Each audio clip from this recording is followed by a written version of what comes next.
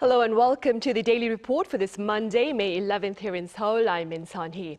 U.S. President Donald Trump has rebuked Iran's response to the recent U.S. proposal to halt hostilities in the Middle East as utterly unacceptable. The rebuke was posted on his social media platform this past Sunday afternoon. Our Park Jun-han starts us off.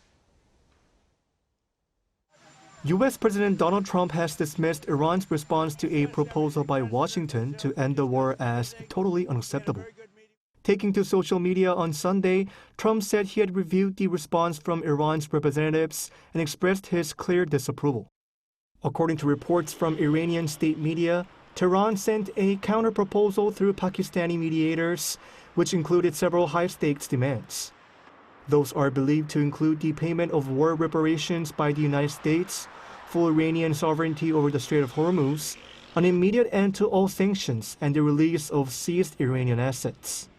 While a ceasefire agreed last month largely remains in place, U.S. Ambassador to the United Nations Mike Waltz said a diplomatic resolution to end the war is being pursued, with Trump giving diplomacy every chance. Speaking to ABC News on Sunday, Waltz said it remains the president's decision to determine what constitutes a ceasefire violation, when to resume hostilities, or when to take a diplomatic route. Waltz also pointed to mounting economic pressure on Tehran, saying the U.S. naval blockade has effectively crippled Iranian shipping in and out of the country. Adding to this pressure, in an interview on the news magazine show Full Measure released Sunday, Trump said that combat operations may not be entirely over. He noted that while Iran is defeated, the U.S. could still carry out strikes for 2 more weeks to hit remaining targets, claiming that approximately 70% of intended objectives have been completed so far. Diplomatic channels remain open through mediators in Pakistan, though no new dates for high-level talks have been announced. Park Jun-han, Arirang News. Meanwhile, authorities here have confirmed that a cargo carrier operated by South Korea suffered an external strike in the Strait of Hormuz that led to an explosion and ensuing fire. Foreign Affairs correspondent Oh Soo-young has the latest. It was not an accident, but an attack that set a Korean container ship ablaze near the Strait of Hormuz, though the source of the strike remains unidentified. Foreign Ministry spokesperson Pagus said Sunday that the vessel, the HMM Namu, was struck by 2 unidentified flying objects while anchored near the United Arab Emirates. The objects hit the ship last Monday at around 3:30 p.m. local time in 2 strikes about 1 minute apart, causing flames and smoke on board. The outer hull on the port-side stern was damaged across the width of about 5 meters, with the impact extending about 7 meters into the vessel. CCTV captured the objects and engine debris has been recovered from the scene. But further analysis is needed to identify the exact type, size and origin of the projectiles.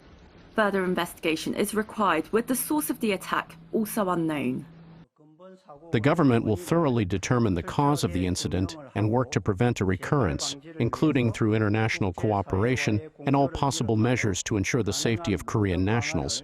It is also reviewing participation in U.S.-led initiatives, including the Maritime Freedom Construct. U.S. President Donald Trump has accused Iran of firing on the Korean-operated ship, urging Seoul to join his Project Freedom plan to reopen the Strait of Hormuz. Iran's embassy in Seoul has denied any involvement.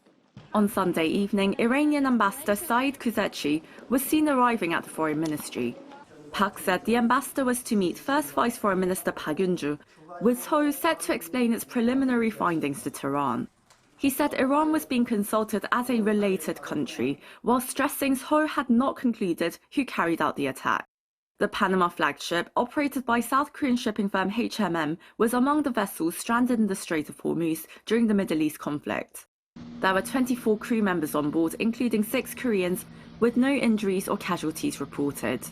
The Blue House said earlier Sunday that a 7-member on-site investigation team in Dubai had completed its fieldwork.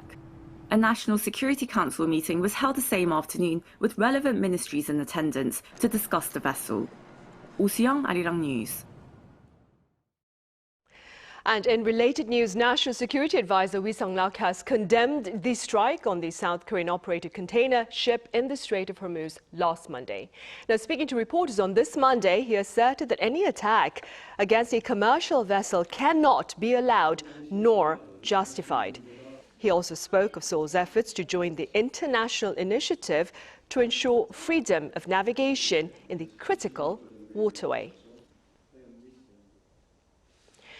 On the broader diplomatic front, the Trump administration has confirmed this week's planned trip to Beijing by President Donald Trump for a summit with his Chinese counterpart Xi Jinping on Thursday. Our Lee Seung-jae reports.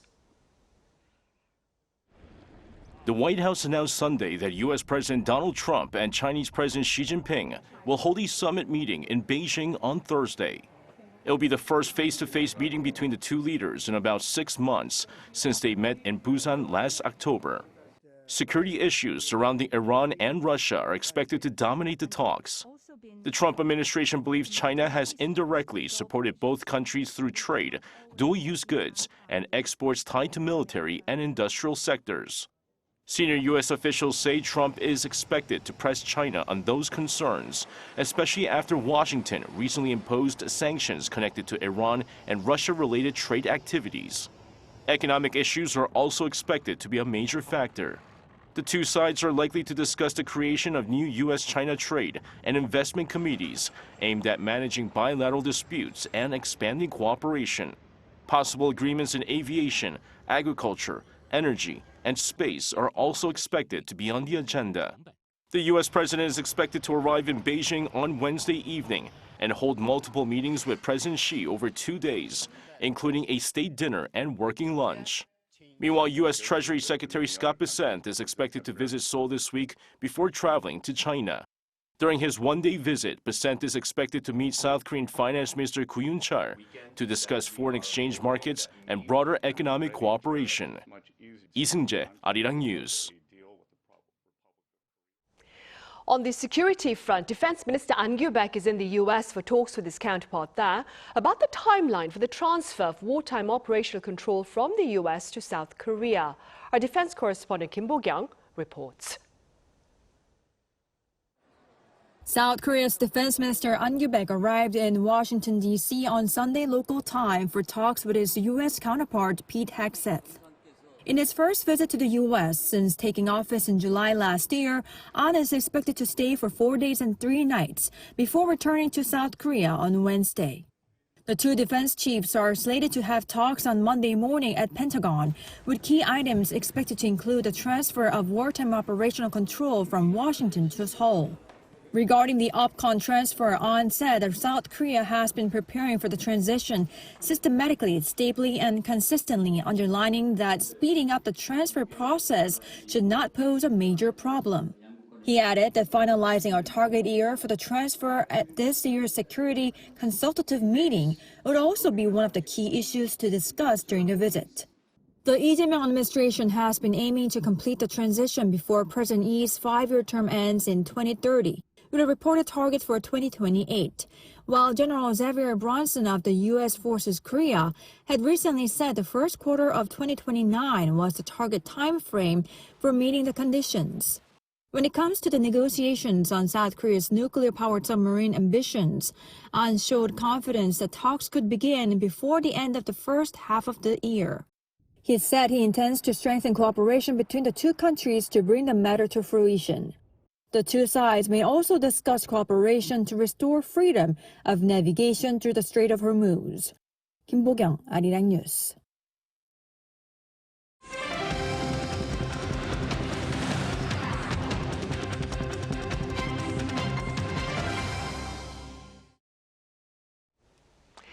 The South Korean benchmark KOSPI seems oblivious to the tensions in the Middle East as the index soared to yet another record high on this Monday within the first hour of its trade.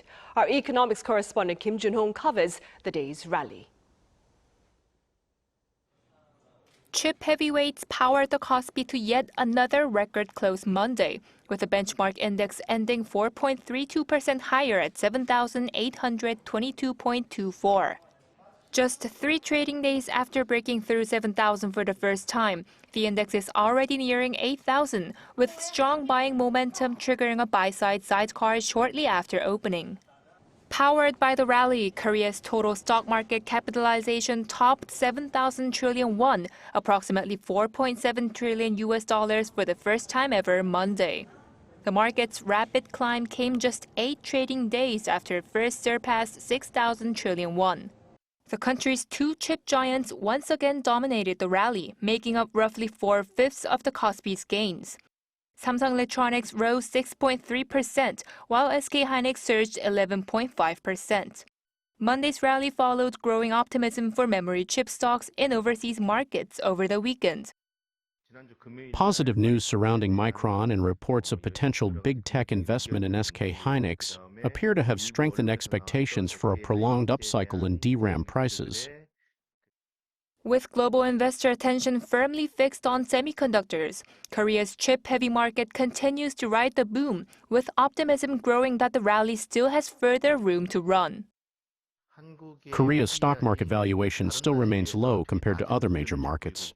Based on current earnings projections, the KOSPI could theoretically move above the 10,000 mark. The recent gains appear to reflect upgraded earnings forecasts rather than a full easing of the Korea discount. Still, concerns are growing that the rally is overly reliant on semiconductors, with gains in other sectors remaining relatively weak. As long as the chip boom continues, the market may keep pushing higher, but any slowdown in the sector could quickly shake the broader market. Kim Jun-ong, Arirang News. Staying with that tone of caution, beyond the local bourse, the broader South Korean economy looks to bear the brutal brunt of mounting energy costs, given the recent failure by the US and Iran to break the deadlock over details of a peace deal, which in turn sent global oil prices soaring. Our correspondent Kim Do-yeon reports. Korea is facing severe inflationary threats as global oil prices surge amid the ongoing conflict in the Middle East. As of early Monday for Korea, Brent crude was trading at around $105 per barrel, while Dubai crude was trading at $97 a barrel. The sustained geopolitical tension has left critical waterways like the Strait of Hormuz effectively paralyzed, severely disrupting global energy supply chains. The physical blockade of shipping routes is hitting the Korean economy harder than a conventional supply shortage. According to a report released on Monday by the Korea Development Institute, a 10% rise in oil prices driven by transport uncertainty pushes domestic consumer inflation up by 0.20 percentage points. This is nearly double the 0.11 percentage point impact observed during standard market fluctuations. The domestic economy remains highly vulnerable, relying on the Middle East for about 70% of its crude imports. The KDI warns that if Dubai crude sustains an average of $105 a barrel, South Korea could see consumer inflation rise by 1.6 percentage points this year. Under this prolonged high price scenario, the inflationary impact would persist, potentially adding 1.8 percentage points to consumer prices in 2027. The economic effects are not limited to petroleum products. The KDI emphasizes that transport-driven oil shocks demonstrate higher persistence, spilling over into core inflation by raising costs for non-petroleum industrial goods and services. This analysis does not factor in the government's policy responses, such as price caps and fuel tax cuts. If these measures are taken into account, they are expected to mitigate the overall impact on consumer prices. While the government's recent fuel tax cuts and price caps have provided a temporary buffer, long-term price stability remains tightly linked to the resolution of the Middle East crisis. Kim Do-yeon, Arirang News. And South Korea is launching a second round of cash handouts to help Korean citizens hit hard by soaring fuel prices amid the Middle East unrest. The handouts target the bottom 70% of income earners, who account for roughly 36 million people. Eligible residents who live in the Seoul metropolitan area will receive 100,000 won, while those in rural areas may receive up to 250,000 won. Eligibility is tied to health insurance payments from March, and those with high value assets or significant financial income are excluded. An annual summit of a regional travel alliance is currently taking place here in South Korea, and our culture correspondent Park Eun-woo reached out to the head of that alliance for his thoughts on Korea's efforts to enhance its tourism industry. To take a listen. Drawing nearly 19 million tourists to Korea last year was a clear positive signal for the country's tourism. An expert at the Pacific Asia Travel Association annual summit said that Korea needs to look beyond the numbers. But then the question now that Korea need to ask themselves is that, are you just looking at numbers? It's about how do you manage the destination well? And I think if that's being done in a more cohesive way, I think Korea will be a very, very appealing destination. Looking beyond K-pop and K-culture, Hamid pointed to other areas where Korea leads the way in order to attract more visitors: sustainability.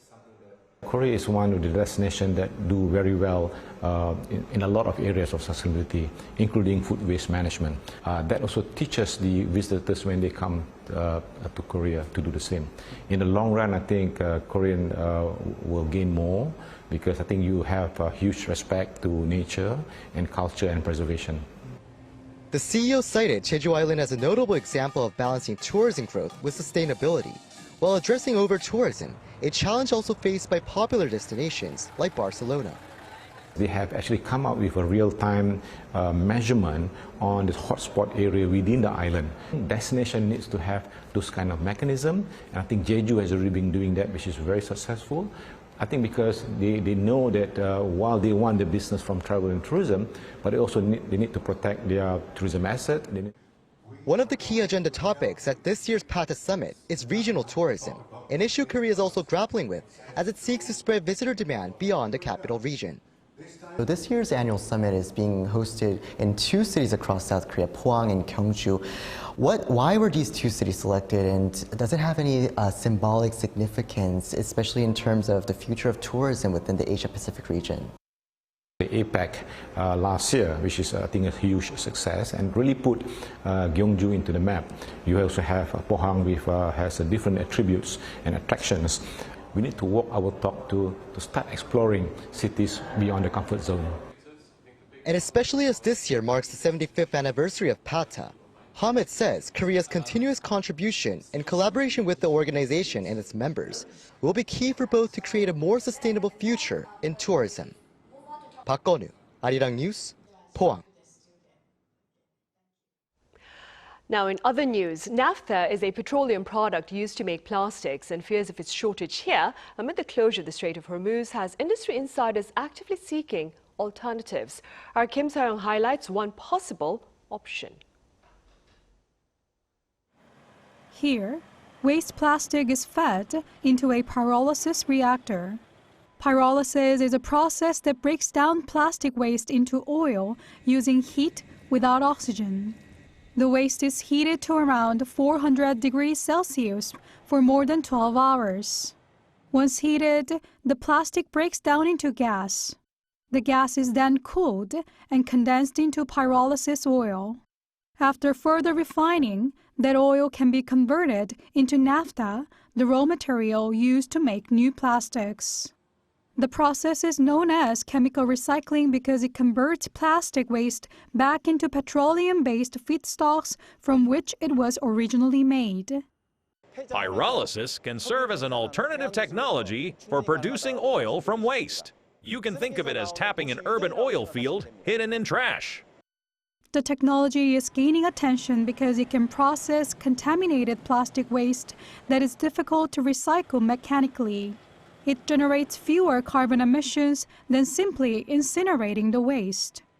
Once the refined material is turned back into naphtha, it can be used again to manufacture plastic products, enabling closed-loop recycling. But despite those advantages, the industry remains in its early stages. Last year, South Korea's pyrolysis oil producers generated a combined 47,000 tons. Output has been rising steadily, but that amount is still equivalent to only about 3 days of domestic naphtha supply. For pyrolysis to serve as a safeguard against supply disruptions, experts say the government needs to move quickly to support the industry. Turning waste plastic back into naphtha can strengthen a circular economy. That is why some government incentive is necessary. One of the biggest challenges in expanding pyrolysis is securing enough usable plastic waste.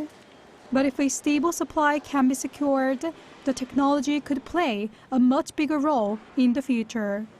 Kim Seoyoung, Arirang News.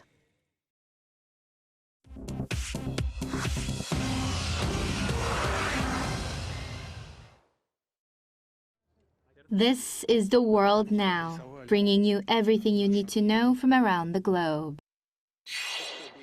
Passengers and crew from the hantavirus-stricken cruise ship MV Hondius began disembarking in Tenerife on Sunday. They are boarding government evacuation flights back to their home countries, where they will isolate under national protocols to prevent further spread. The World Health Organization recommended a 42-day quarantine for all passengers. So far, 3 people have died and 4 others remain hospitalized. France confirmed on Sunday that 1 of 5 French passengers being repatriated showed symptoms during the flight. Health officials stressed the risk to the general public remains low. The U.S. Center for Disease Center director said, quote, "This is not COVID, and we don't want to treat it like COVID." Russian President Vladimir Putin says he believes the war in Ukraine, quote, "is coming to an end." He made the remarks on Saturday, just hours after he vowed victory at a scaled-back Victory Day parade. Putin said he would be willing to negotiate new European security arrangements, naming Germany's former Chancellor Gerhard Schroeder as his preferred negotiating partner. He added that a meeting with Ukrainian President Vladimir Zelensky was only possible once a lasting peace deal was in place. The remarks came as a Trump-brokered ceasefire between Russia and Ukraine took hold from Saturday through Monday, with both sides also agreeing to exchange 1,000 prisoners. Trump said he would like to see the ceasefire extended significantly. There were no reported violations from either side. In Indonesia, the bodies of 2 Singaporean nationals have been found on Mount Dukono 2 days after the volcano erupted. Their bodies were found on Sunday holding each other under rock debris near the crater rim. The body of an Indonesian hiker who also died in the eruption was found the day before. The volcano began erupting on Friday, sending ash as high as 10 kilometers. Indonesia's volcanology agency is maintaining its 3rd highest alert level and has banned any activity within 4 kilometers of the crater. Chu Ji-hyun, Arirang News.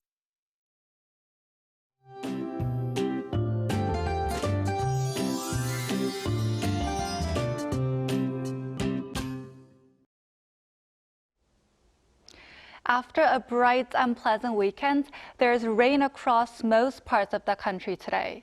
By early tomorrow morning, the rain will spread to Jeollanam-do province and Jeju Island. While it'll mostly ease by tomorrow afternoon, showers may linger into the evening in Gyeongsangnam-do province and Jeju Island. As for expected rainfall, up to 60 millimeters is forecast for the Jeollado provinces. Seoul, Incheon, and northern Gyeonggi-do province are expected to receive around 10 millimeters. As the rain moves through, some areas may also see lightning and hail, so please take extra care. Tomorrow, Seoul will start the day at 15 degrees Celsius, Chuncheon at 14 degrees, Jeju at 16 degrees. Then by the afternoon, Seoul will get up to 22 degrees. Chuncheon, Daegu, Gyeongju will all top out at 22 degrees. After the rain moves out, temperatures will start to climb again. And by the end of the week, daytime highs will reach up to 30 degrees.